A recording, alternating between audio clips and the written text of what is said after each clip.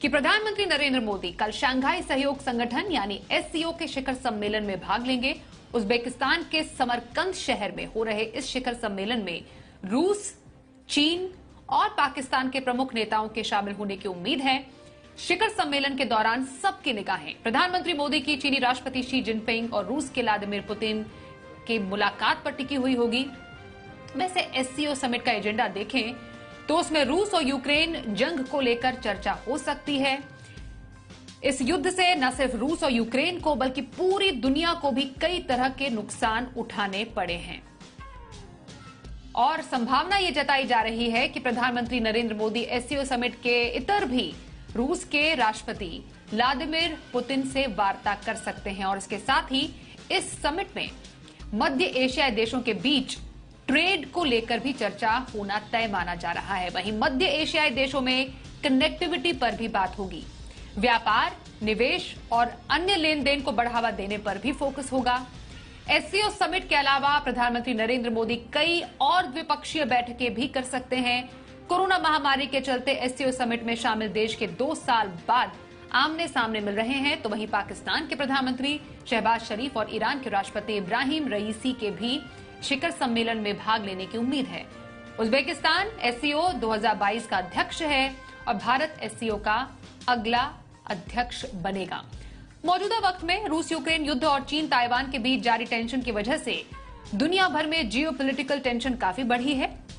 ऐसे वक्त में हो रहा एससीओ समिट काफी अहम माना जा रहा है।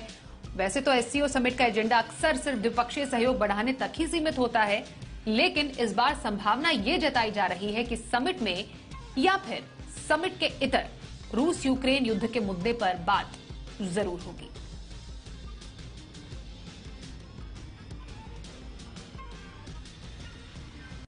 तो आइए अब बात करते हैं इसी कवर स्टोरी पर। हमारे साथ लगातार हमारी चर्चा में शामिल हैं पूर्व राजनयिक सुरेश गोयल। सुरेश जी, एससीओ समिट चीन का बनाया हुआ प्रेशर ग्रुप इसे मान सकते हैं, लेकिन जिस समय पर इस वक्त ये समिट हो रहा है, रूस यूक्रेन का युद्ध, चीन और भारत के बीच जारी जो एक गतिरोध, लद्दाख को लेकर भी, गलवान ये उसके बैकग्राउंड में भी जो हम अब जाकर ये मुलाकात देखेंगे, खास तौर पर पुतिन और शी जिनपिंग से प्रधानमंत्री मोदी की मुलाकात, क्या माने इसके? इसमें मैं लिखा हुआ देख रहा था, स्क्रिप्ट में आ रहा था, लेकिन एक चीज जो आपको शायद टाइम नहीं है, ताइवान की जो सिचुएशन है वो भी इसका एक हिस्सा बन जाती है।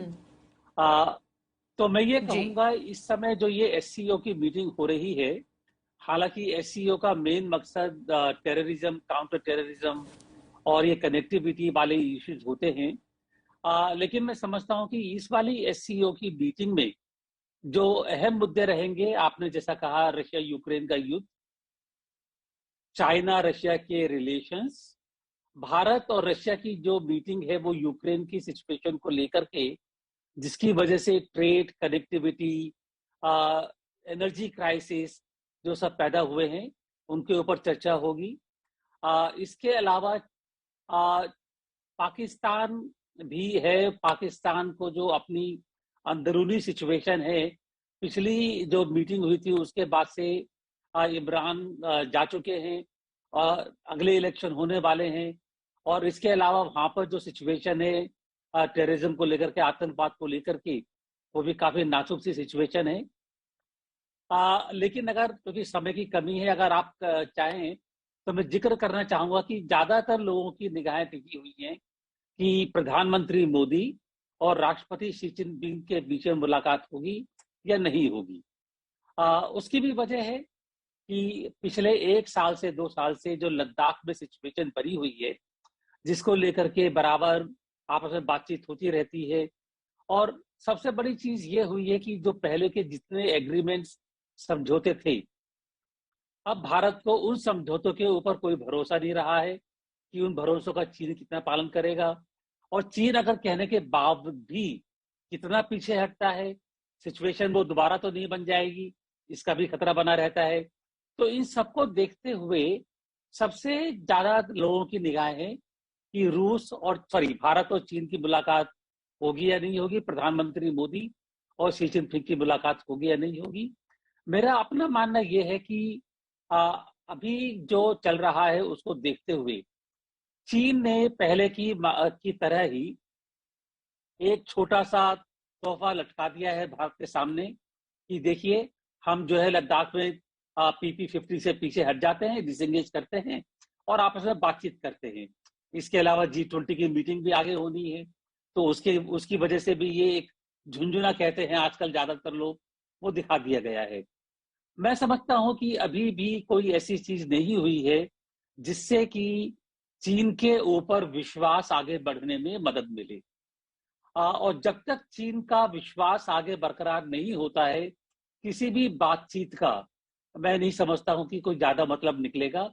या फिर अगर कोई ऐसा होता है कि हाँ, अगर दोनों के बीच में बातचीत होती है तो जो अभी तक हुआ है उससे आगे क्या आउटकम होना है, अगर कोई कंक्रीट आउटकम है तब बातचीत बेशक हो, वरना बातचीत का कोई फायदा नजर नहीं आता है। जी तो यही मैं आपसे जानना चाह रही थी, भारत का रुख होना क्या चाहिए?